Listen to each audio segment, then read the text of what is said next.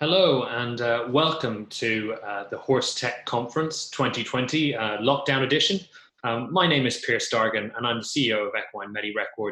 And today I really want to discuss how the equine industry can move massively forward through the various great technologies companies working together to build a digital infrastructure that will be of massive benefit to every single person in the equine industry. And I really want to look at how this has happened in other industries, and specifically the financial industry, which has adopted a lot of tech, and how everyone has benefited from the various technology companies within the financial industry working together and cooperating together.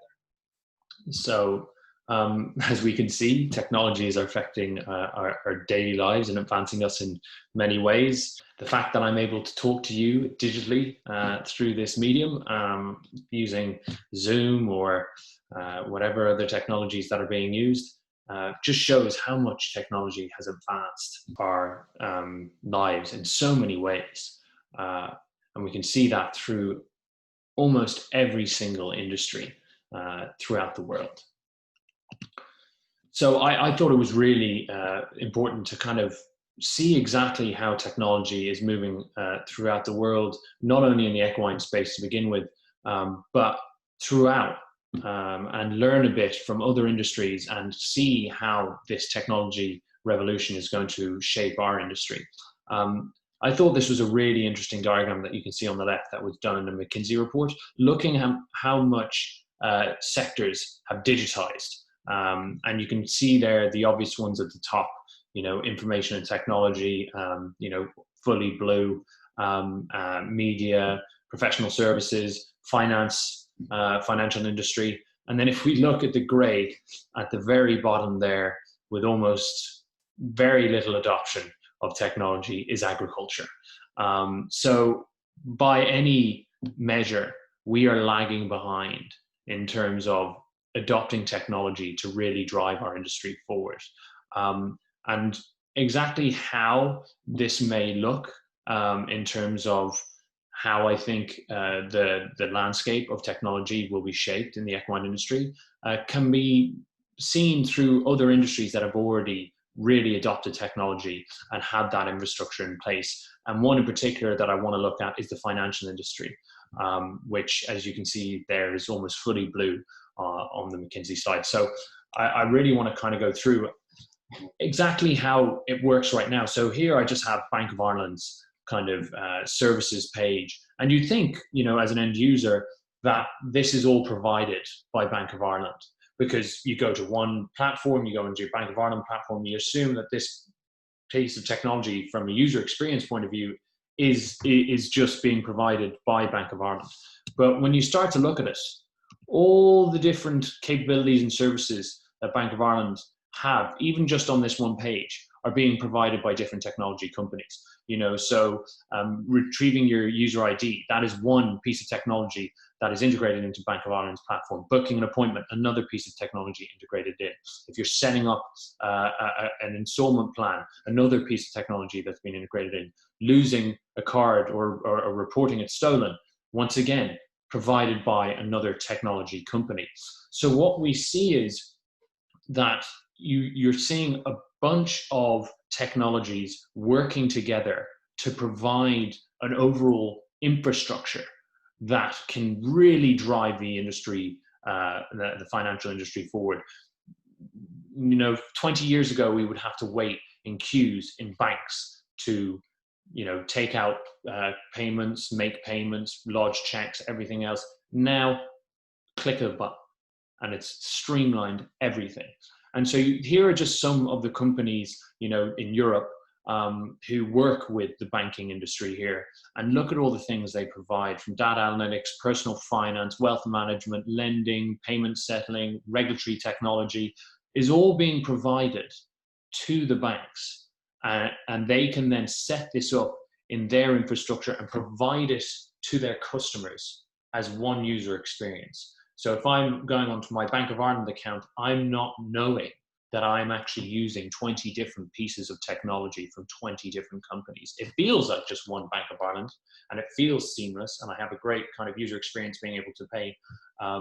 But it's actually all these various technology companies working together, cooperating together. And if we see on the next slide, you can see that they're actually almost exclusively working with one provider here. So if you look at, just take example, the blockchain technologies that banks are currently using, all of them, though they're in competition with each other, are being provided one piece of technology by one company or one or two companies. So if you look at regulatory technology, there's one or two, same thing. So essentially what you're seeing is that rather than the banks putting, and they have the financial capital for obvious reasons, they're banks, that they could spend the money to develop their own technology and to build their own technology. But why then are they using other people's technology? As you can see, why are the banks all deciding not to develop their own technology, but instead use companies that are providing these technologies to the whole banking industry? And there's a number of reasons for that. The first one being financial. It makes a lot more sense if you are a bank to white label a system that works, that is focused on doing what it's supposed to be doing. So whether it's blockchain, whether it's regulatory technology, lending, that it's its sole focus. So it's going to be able to provide it, number one, at probably a better experience and more sophisticatedly than the bank would, because that is their expertise for the technology. But then from a financial standpoint, the banks, instead of the banks footing the full cost of maintaining that technology, building that technology, developing that technology company can offset all those costs dispersed between hundreds of banks. So what you end up with is a better technology for the industry at a cheaper price and better user experience for their customers. So it's a no-brainer. And this is really where I see the equine world going. So, we've seen a lot of changes. Even though we are in the gray part, we still have seen changes. A lot of our entry systems now are digitized. We're seeing e-identification systems popping up. We have a lot of veterinary software that's now digital.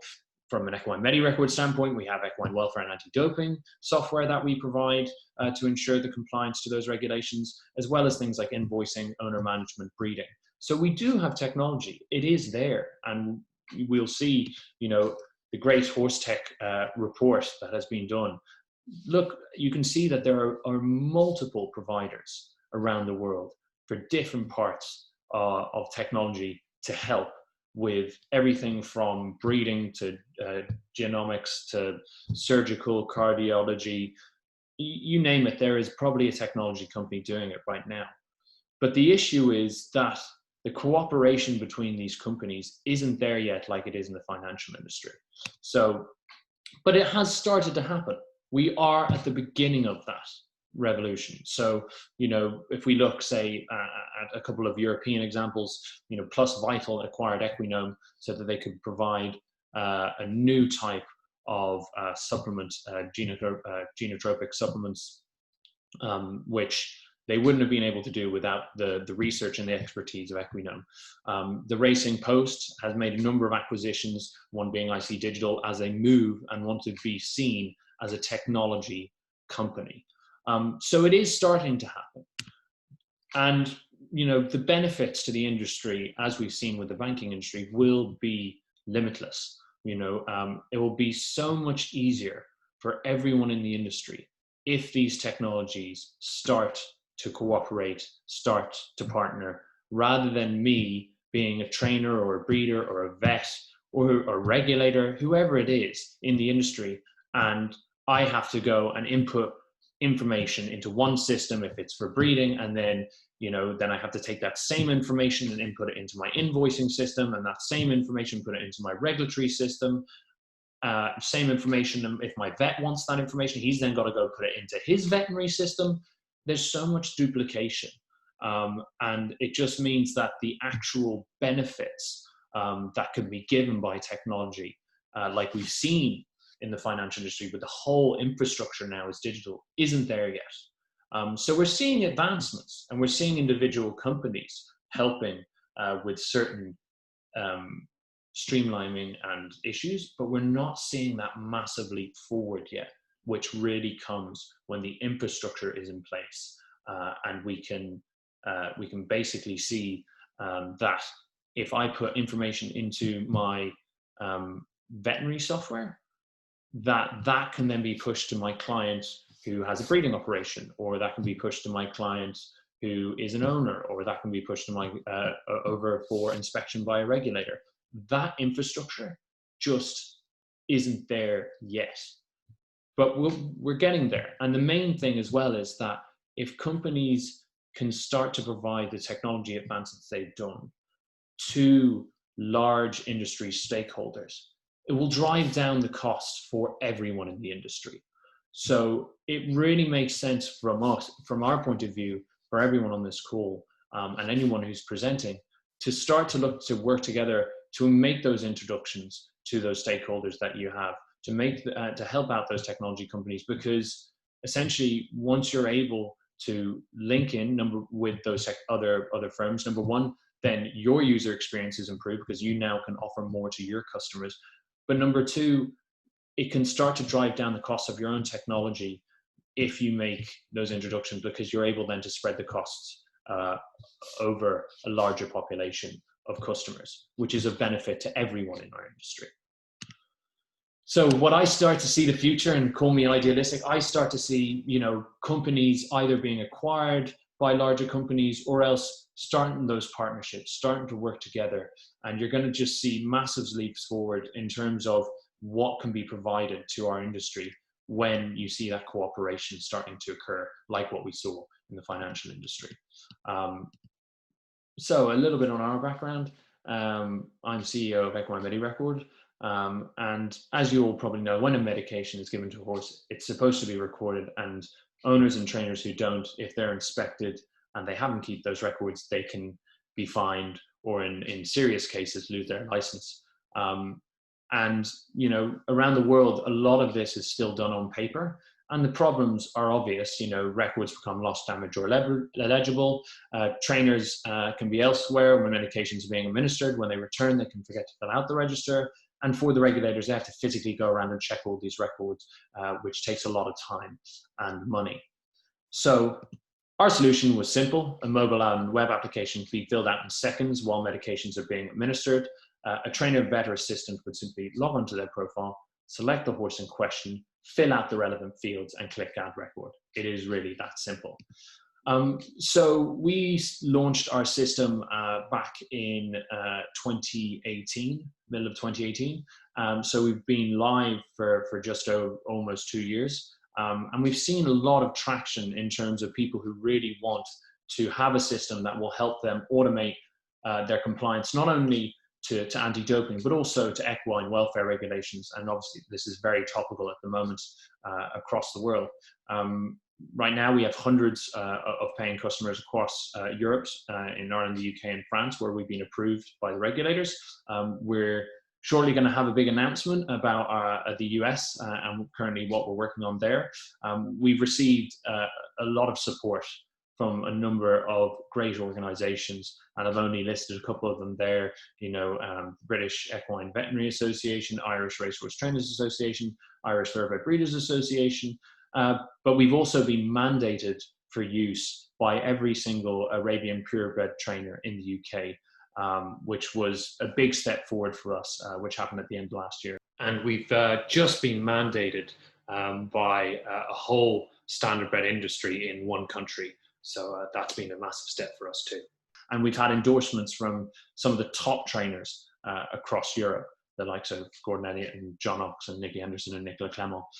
So it's been an amazing experience and 2 years and adopting of our technology.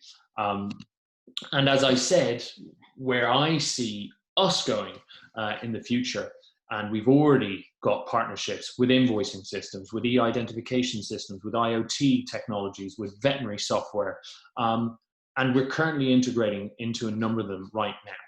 And the benefits we are going to have for being able to provide to our customers a solution that's integrated in with other bits of their technology, honestly, it will massively change the value that we can bring, but also that the value that we bring to our partners. So that if a vet is on one of our veterinary software partners' systems and he goes to treat a horse with a trainer who is on equine MediRecord, that vet, when he puts it into his own system that he needs to do to invoice that trainer, can push it onto the equine MediRecord system so that that trainer can review it, see that it's the correct medication, and approve that for his own regulatory documents. And honestly, that is where we want to go. We want to really change, like what the financial banking industry has done, that you're not having to duplicate everything, that you can seamlessly do everything that you need to do at a click of a button on your phone. So thank you very much. It's been great to speak to you digitally. And if you have any questions or comments, you can email us at info@equinemedirecord.com, and I'd be happy to answer any questions you have. So thank you so much, and I hope everyone stays safe. And finally, just to finish, rather than listen to me for another grueling 10 minutes, I thought I would share a couple of videos with you that we've done with a couple of our equine MediRecord trainers who you all may recognize. And there they talk about how they came into the racing industry, and also how our system has really helped them ensure that their horses get the best possible equine welfare while ensuring they're able to compete at the races. So thank you very much, and I'll hand it over to them.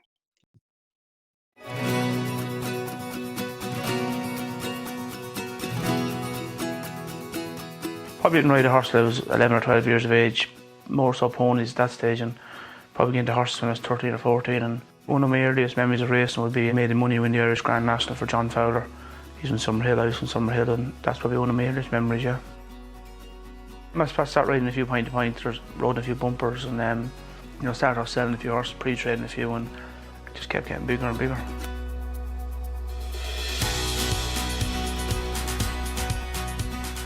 I was lucky enough Silver Birch won the Grand National my first year training, so it was a bit of a fairy tale, but we had number one winners trained at the time, and we had to prove ourselves that we could train winners at every level, and a lot of the horses I had weren't good enough but maybe to win in Ireland at the time, and we decided the thing to do was travel with them, and I probably started targeting Scotland and tracks up the north of England, and that probably really got my career going.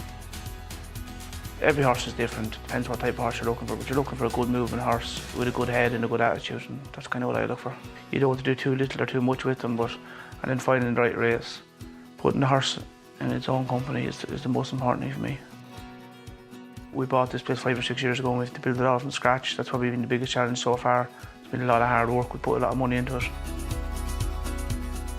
Winning the Gold Cup at Doncaster probably is one of the biggest days of my career. Winning 3 Grand Nationals, I suppose Tiger Roll winning his third was probably extra special. I love training winners no matter where it is, whether it's on the smallest track or the biggest track. I just love training winners. The veterinary end of thing has got a lot bigger with us since I started training. We nearly have someone full time now in the office, checking vaccinations, doing everything right, making sure everything's right going to the races.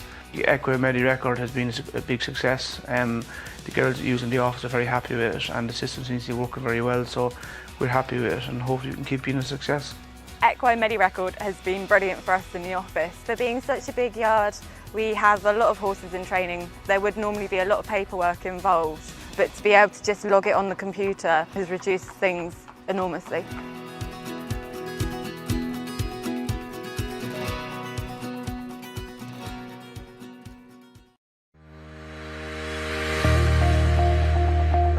I suppose I've been surrounded by horses all my life. My parents both rode. My dad was a professional jockey. My mother was successful as an amateur. She did very well. She rode winners against professionals over hurdles. And my father trained. He trained pointers originally for my mother. That's how I became involved in it, really. That's my first ever ride, was on an Arabian for my father. It progressed from there, and then my parents then started to train pointers again. Basically for me to ride, as I was always on the larger side, and me doing the weights Arabian racing, and as I got older I was always going to go down the point-to-point route. When I was riding, I thought point-to-pointing and riding every weekend was a job, but it's actually not a job, and it takes you a while to grow up and realise you can't do it forever. I had a fall actually in 2011. I got dragged for a few furlongs.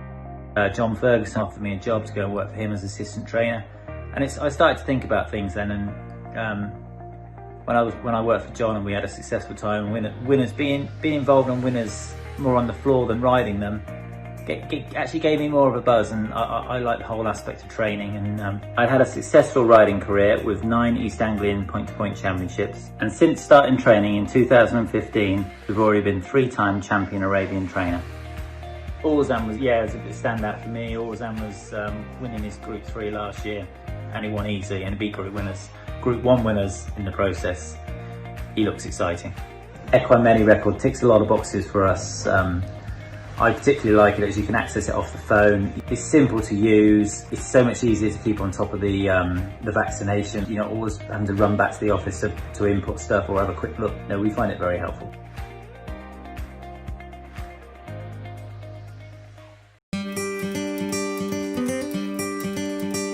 This would be the family farm. We were born and raised just in the village just beside us there. I would have been farm with me father here originally. We branched off then to this maybe 15 years ago. Originally we were doing sports horses, breaking them and selling them and that. And we would have got a couple of pointed pointers maybe 12 or 14 years ago. I was kind of built up gradual more than a set out thing. We started planning to get serious about 10 years ago, but up to that we were mixing the sport horses with the pointed pointers. Every year kind of got a bit bigger and bigger, and I'd say we probably put in our gallop about 10 years ago, and we were kind of at it strong since then, I'd say. Having the horses is number one. He might look like a nice horse, it doesn't necessarily mean he'll gallop. We'd like a horse maybe with size and strength, that he'll handle a bit of soft ground and have a bit of scope to jump a fence. If you're going 3 miles, the horse will relax in his race and save the best till the last half mile and be an honest horse. I'm looking to have a good hill gallop here. It's easy to train a young horse up there because we don't have to do fast work, and we stay reasonably injury free. So if we buy a 3-year-old, we would probably be able to get most of them to run as 4-year-olds. So it's able to get them fit without getting to the end of them. Equine Medi record makes things a lot simpler. Cuts down time-wise, duplicating maybe 2-3 times. You just put it into your system. The ability to work in real time is a major asset. Makes it a lot less likely for you to forget something. Brendan's very good in the office, and he's very hands-on. It's after cutting his time by half. He finds it quick and effective, and it keeps everything going smooth.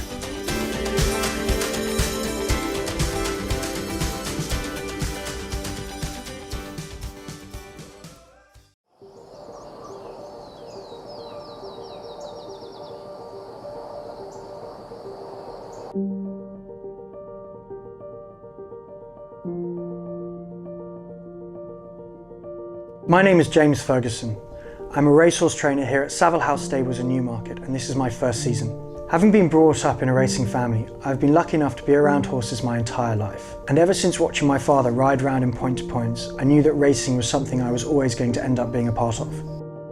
I've always wanted to be a trainer, and having worked for some fantastic people in the past, I'm very fortunate to now have the opportunity to go out on my own. We have a brilliant team, both on and off the ground. And as a young trainer starting out in this game, I think it is of paramount importance to surround not only yourself, but your horses with very good people. It is the key to future success. The horses are looking and feeling well, and we are ready to roll. We have a real mix here. I've been blessed with a really nice bunch of 2-year-olds who I definitely think show some promise. Equally, we have a strong team of older horses. They include Arabian King and Johnny Red, who both proved victorious for me prior to lockdown. Equine Medi Records has become a vital tool within our office, a great system to organise all our medical records, Approved by the BHA and incredibly easy to use, with the use of an app, it really does keep us all connected. The communication between myself, my vets and my senior staff have improved significantly. I would thoroughly recommend it to any racing yard. The coronavirus has obviously caused devastation across not only the country but the entire world. All we can do is support one another through these extremely difficult and testing times. We must thank our key workers and the NHS and of course Racing Welfare for their incredibly hard work over the past few months. We must always continue to look forward and not back.